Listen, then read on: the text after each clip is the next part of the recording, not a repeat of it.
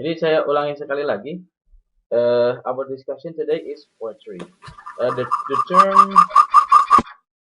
term poetry refers to any kind of lyrics.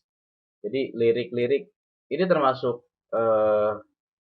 beberapa jenis poems itu termasuk di dalamnya. Oke. Poetry is one of the oldest genres in literary history. Puisi ini termasuk salah satu jenis karya sastra yang paling tua, jauh sebelum novel itu ada gitu ya. Ada puisi. Bahkan puisi-puisi termasuk puisi termasuk jenis poetry itu seperti sermon gitu ya, mantra-mantra itu juga dalam bentuk sajak, dalam bentuk puisi. Kalau di dalam khazanah kesusastraan Jawa itu yang sastra lisan ada yang kita sebut sebagai apa itu? Mocopat, for example. Mocopat itu nyanyian yang ada rimaknya ya. Atau dalam bahasa Sunda ada macapat, sama-sama saja karena kedua kedua kebudayaan ini relatif relatif mempunyai akar yang sama. Mocopat atau macapat atau kawih dalam bahasa Sunda. Itu juga termasuk itu juga lah puisi yang dilagukan atau puisi dengan lagu tertentu. Itu termasuk jenis karya sastra yang paling tua. It is related to the term lyric. As I have told you before, that poetry refers to any kind of lyric, Greek musical instrument. Okay, guys, please turn off your sound first ya, supaya tidak bergema. Nah, and then the term poetry, however, goes back to the Greek word poieo, to make or to produce, indicating that the poet is the person who makes verse. Nah, poetry sebetulnya itu tadi, poetry, lyric, itu synonym, kemudian apa? Poet itu adalah penyair, poetry itu hasilnya, hasil tulisannya. Oke. Nah,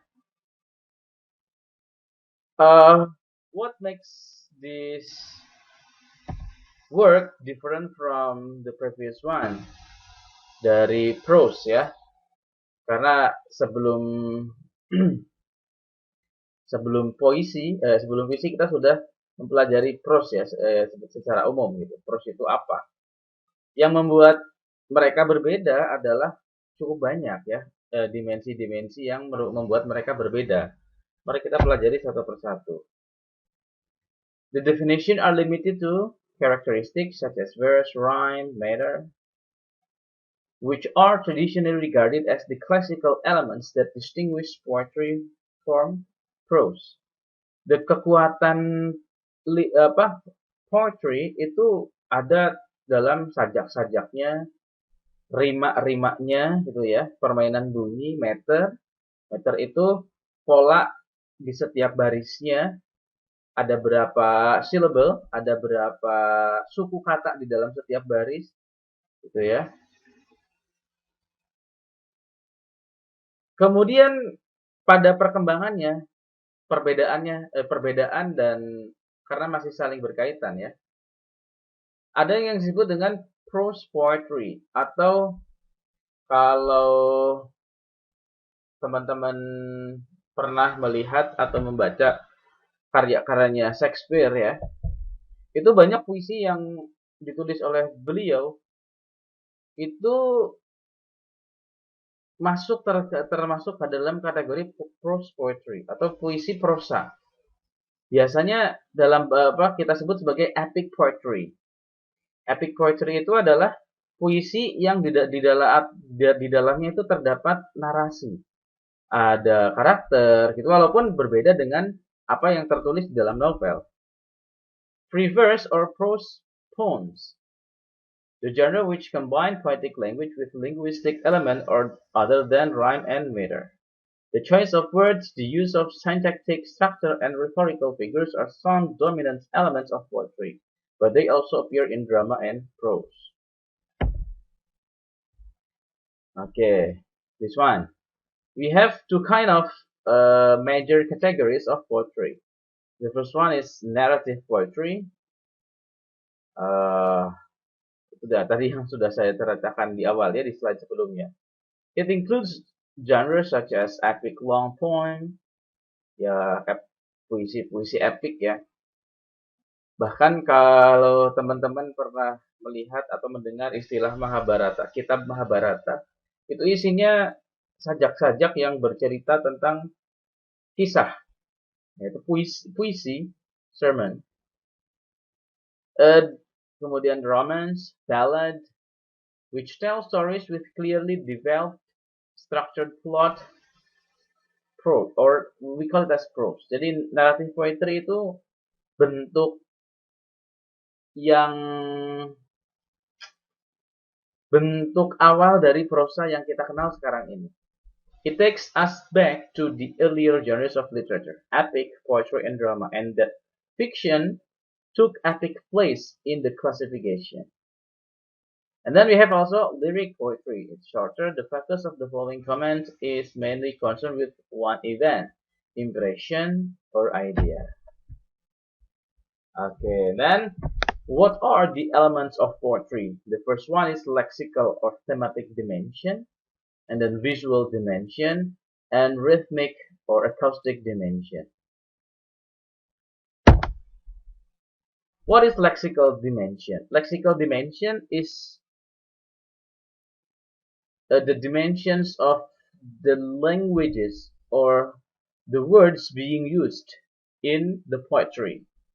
Diction, rhetorical figures, theme, itu unsur-unsur yang nampak. Pilihan kata, biasanya kata-kata yang digunakan di dalam puisi itu kata-kata yang padat. Kata-kata yang penafsirannya itu berlapis. Or the use of poetic language. Ada bahasa-bahasa atau kosakata-kosakata yang puitik gitu ya. Ada misalnya bed or sleep, we call it as slumber in poetry. Heart, carrier, song, serenade, grow, blossom, dan lain sebagainya. And then the use of figurative language items. Ada penggunaan bahasa figurative language. Kalau dalam bahasa Indonesia, we call it as bahasa kiasan. We have hyperbole, simile, metaphor, personification, synecdoche, synecdoche ya dalam bahasa Indonesia, kemudian metonymy, dan lain sebagainya. Figurative language items. Oke, ya, contohnya nih, the use of simile in poetry. Oh, my love is like a red, red rose. Ini salah satu puisinya William Blake, kalau nggak William Wordsworth ya. Oh, my love is like a red, red rose. Ini penggunaan simile. Simile itu membandingkan sebuah objek dengan objek yang lain dengan kata bantu bandingan seperti like atau as. Sama dalam bahasa Indonesia juga namanya simile. And then metaphor. To see world in a grain of sand. Salah satu contoh penggunaan metaphor. And then the last one is the theme, temanya. The three items here belong to lexical thematic dimension. Jadi dengan fokus terhadap bahasa yang digunakan. The second one we have visual dimension. Dimensi visual itu adalah dimensi yang nampak, bukan hanya bukan bahasa ya, tapi struktur yang nampak secara keseluruhan. Terdiri dari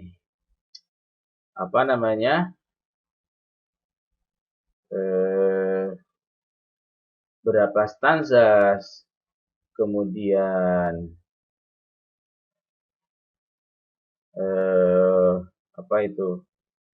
setiap stanzanya itu berapa baris,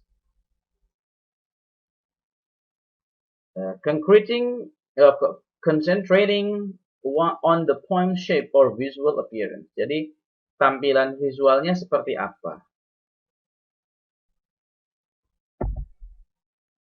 Oke. Misalnya tadi eh, puisi yang bisa Anda bandingkan puisi yang pertama dan puisi yang kedua misalnya. Ini tampilan dari tampilannya berstansa-stansa. Apakah ada puisi yang satu stansa dan puisi satu stansa saja? Ya ada. Pendek ada gitu ya. Kalau teman-teman pernah melihat atau membaca puisinya Sutarji Kolzum Bahri ya kalau dalam bahasa Indonesia. Itu juga puisinya banyak yang cuma 2 baris atau 4 baris, tapi cukup fenomenal gitu ya. Cukup diterima oleh para pembacanya. That is visual dimension. And the last one is rhythmic or acoustic dimension. Ini adalah dimensi suara. Oke, ini berbeda ya dengan diction. Diction itu katanya. Tapi ini ke suaranya. Suaranya itu rhyme. Rhyme itu ujung dari baris ya. Ada rhyme-nya. Kemudian mirror. Sementara mirror itu di setiap baris itu musiknya seperti apa? Berapa syllable misalnya. Ada berapa suku kata di dalam satu baris gitu biasanya. And then we have also onomatopoeia. Onomatopoeia is a verbal imitation of natural sounds. Kalau dalam bahasa Indonesia itu tiruan suara-suara alam misalnya. Dan ini beda-beda ya di setiap bahasa. Misalnya ke dalam bahasa Indonesia ada kongkorongok gitu ya. Oh itu bukan bahasa Indonesia. Kongkorongok itu bahasa Indonesia apa bahasa Sunda ya? Indonesia kali ya. Itu tiruan suara burung. Kongkorongok itu suara jago misalnya. Dalam bahasa Inggris misalnya ada cuckoo. Summer has come. Sing loud cuckoo. The seed grows and the meadow blossoms. And the wood spring sings cuckoo. Ini suara apa? Burung misalnya. Dan lain sebagainya. Atau suara tiruan suara hujan yang divisualisasi, yang digambarkan, yang ditulis di dalam puisi. Suara petir misalnya, suara anjing misalnya, wuf wuf. Itu disebut dengan onomatopoeia.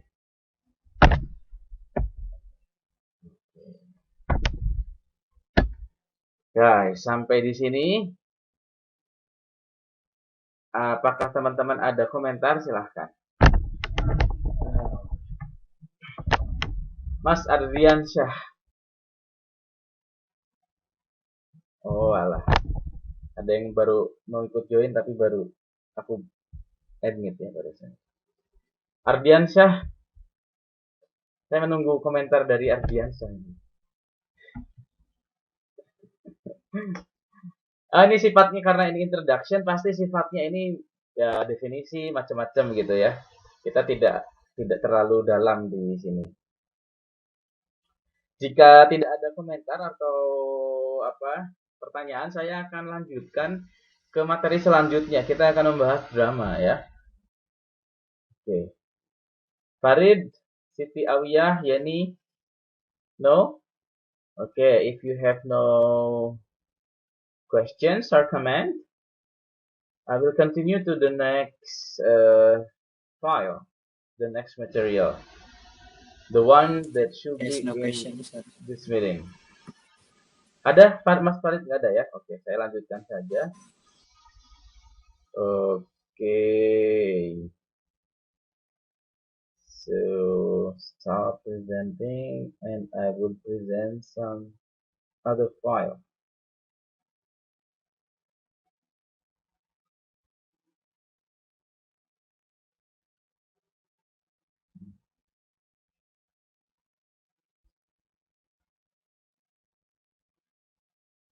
Okay. Meeting 5. Drama.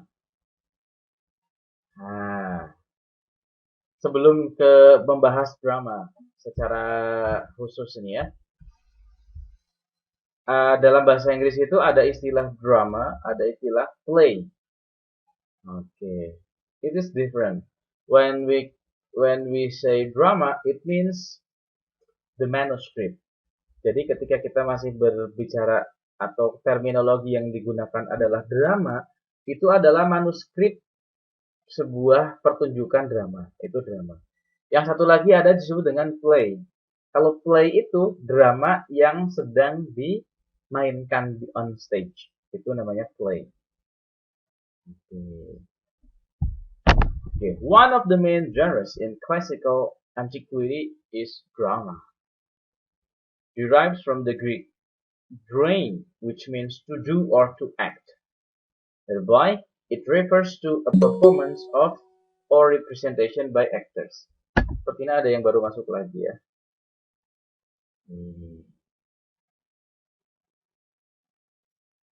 Oke, kita lanjut deh. Oke, lanjut nih. Nah, main genres of drama are comedy and tragedy. Ada dua apa itu? Ada dua genre dalam drama itu sendiri, yaitu ada komedi dan ada tragedi. Sangat sederhana sekali ya sebetulnya. Comedy has humorous theme intended to entertain the audience. Komedi itu memiliki tema-tema yang humor ataupun tidak humor. Misalnya, apakah komedi itu harus selalu ketawa dalam istilah drama di sini? Tidak harus ya. Biasanya yang dimaksud dengan komedi di sini yang berakhir dengan happy ending gitu ya, tidak ada kejadian yang tragis dan lain sebagainya. And then we have tragedy. What is tragedy? Tragedy has a catharsis function. By watching the tragic events on the stage, the audience is meant to experience emotional and spiritual cleansing.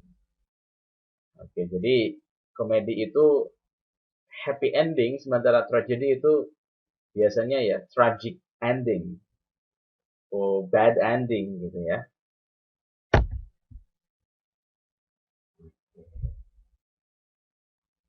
Nah,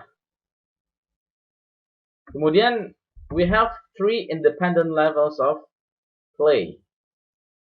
Saya tadi sudah sempat mengatakan gitu ya, ada play, ada drama. Play itu adalah drama yang sudah atau yang on stage. It includes the text or the drama itself, and then the transformation also, and also the performance. Itu yang disebut sebagai play. Oke. Kemudian teks itu sendiri apa saja? Ada yang baru masuk lagi. Dita mana keluar masuk ya. Oke, kita lanjutkan. We have dialogue, monologue, plot, setting, stage direction. Dialog itu percakapan antara dua tokoh dalam drama. Sementara monolog itu satu orang yang berbicara. Plot, we have ini plot itu sama seperti apa yang ada di prose ya. And then setting, it includes setting of time, setting of place, and atmosphere, or suasana ya, in the condition of the scenes. And then stage direction. Stage direction itu adalah petunjuk panggung. Atau misalnya ini kalau kalian sudah pasti punya bayangan bahwa drama itu adalah bisa di dalamnya ada dialog gitu ya. Nah, biasanya sebelum dialog ada satu paragraf gitu ya yang memberikan keterangan tentang setting sesuatu apa yang ada di panggung, itu namanya stage direction. Atau di tengah-tengah kemudian ada lagi gitu ya yang teks macam itu. And then transformation itu adalah proses persiapan sebelum performance. Directing, stage, props, lighting, costume, dan lain sebagainya. And then performance, we have actors, methods, facial expression, gestures, language, and some other sounds, Eh, Kalau sekarang misalnya sejaman sekarang itu perkembangannya ini menjadi movie, film itu masuk ke dalam eh, drama. Maka dari itu dalam perkembangannya itu drama itu menjadi sangat sangat eh, maju gitu ya, transformasinya ke dalam dunia modern. Teman-teman yang melihat film sekarang ini, kemudian series ya seperti series-series Korea itu sangat bagus menurut saya. Plotnya itu tidak itu-itu saja, itu keren ya. Atau series-series India yang sangat kacau beliau misalnya ya, yang bisa beratus-ratus bahkan berpuluh-puluh beribu-ribuan episode gitu ya. Sama seperti yang ada di Indonesia misalnya seri-seri drama, sinetron-sinetron Indonesia tuh yang ratingnya bagus itu akan berkembang kemana-mana aneh-aneh gitu. But anyways, entah itu bagus ataupun tidak, kita harus mengamini itu bahwa itu merupakan perkembangan dari drama yang konvensional pada waktu dahulu, bahwa drama itu hanya berkutat pada apa yang ditunjukkan secara live gitu ya, di panggung. Sementara film itu sudah ada proses editing dan lain sebagainya. Oke. Text also has the aspect of fiction. Nah, teks itu sendiri atau drama scriptnya sendiri itu punya aspek fiction seperti apa yang ada di dalam prose, character, plot, setting. A dialogue refers to verbal communication between two or more characters, whereas monologue or soliloquy refers to the speech by one character to him or herself or to audience. Apakah mungkin ada monolog di dalam sebuah dialog? Bisa-bisa saja ketika seseorang berbicara sendiri. Atau drama itu sendiri hanya monolog saja, bahwa pertunjukannya itu sebuah pertunjukan monolog. Itu sangat bisa. A side is a spatial verbal communication which the actor passes on to the audience information which remains unknown to the rest of the character. Plot. Ya, ini sama ya. Sama seperti yang ada di fiction kemarin. The action should be consistent and have linear plot, time, place, and action, or called three unities. Related to three unities, drama text is divided into acts and scenes. Nah, ada yang disebut sebagai three unities. Three unities itu apa saja? Time, place, and actions. Dan drama itu terbagi menjadi teks drama itu terbagi menjadi dua dalam kaitannya dengan the three unities. Okay. We have scene and we have act. Okay. Scenes itu adegan. Act itu adegan-adegan yang ada di dalam apa namanya itu scene tersebut. Okay.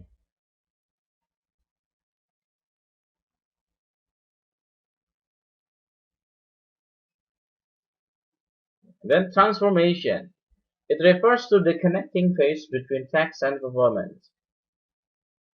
Nah, ini adalah tahap persiapan.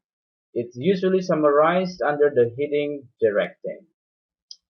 Director is responsible for the entire artistic coordination that guides the text into performance. The tasks of director include choosing the script of text, working out general concept, casting, adapting the stage, selecting props, costumes, and makeup, and guiding actors through rehearsal, latihan, dan lain sebagainya. Oke. Ini ya, pola bagan-bagan atau apa yang ada di transformation. Jadi ketika proses transformation ini betul-betul semuanya dipikirkan. Oke.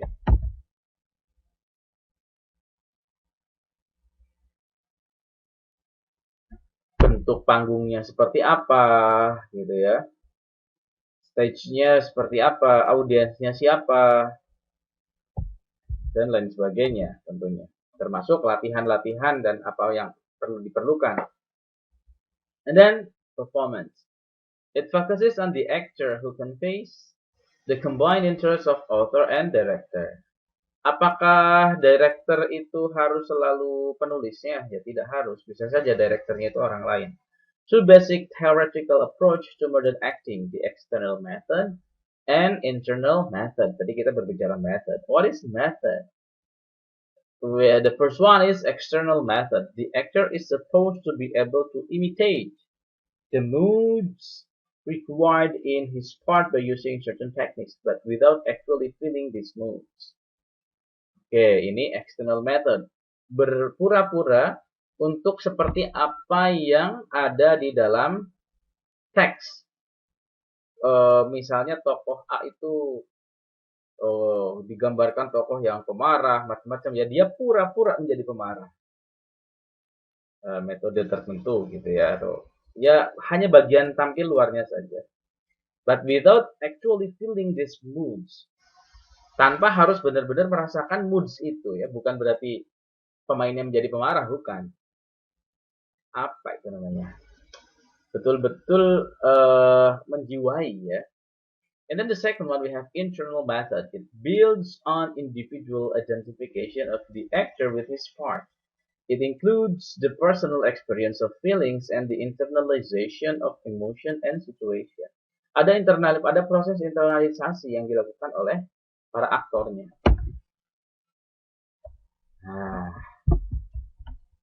Nah, yang selanjutnya adalah film, tapi film ini tidak akan saya lanjutkan sekarang karena kita sudah cukup banyak ya membahas tadi dari mulai poetry and also drama.